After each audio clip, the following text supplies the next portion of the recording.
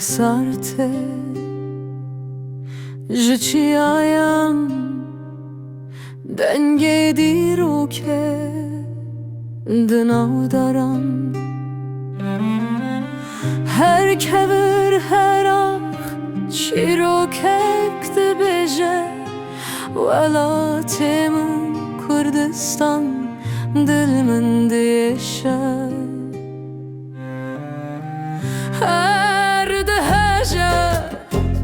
ez man digirî Kurdistan her dilopek hêsir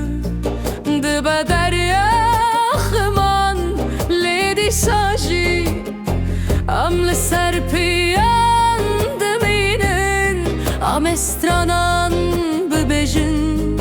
heta roj hiltê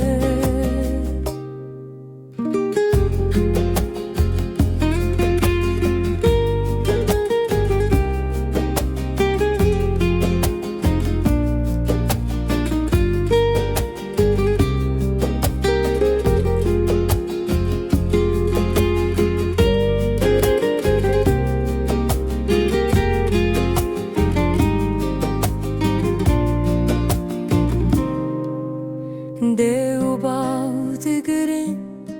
zarok bêdengin li ber derî li benda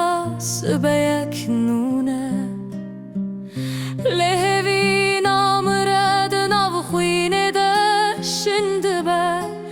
welatê min tuyîstêrka min naherî geş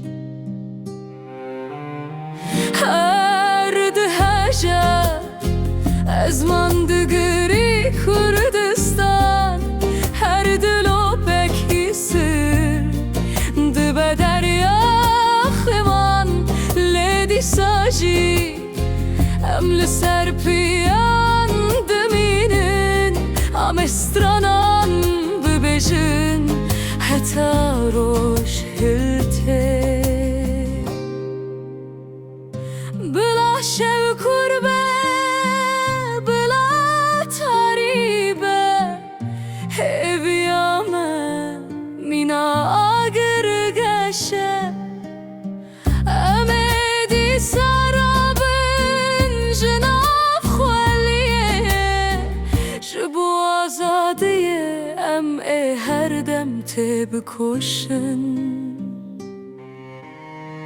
her dihêje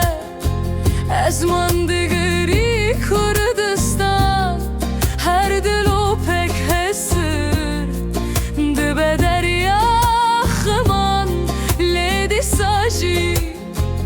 em li ser piyan dimînin em ê stranan bibêjin heta roj hiltê Kurdistan navê li ser